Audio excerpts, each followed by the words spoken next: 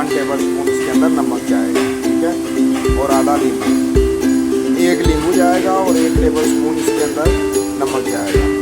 तो अब हम ग्राइंडर ऑन करने लगे।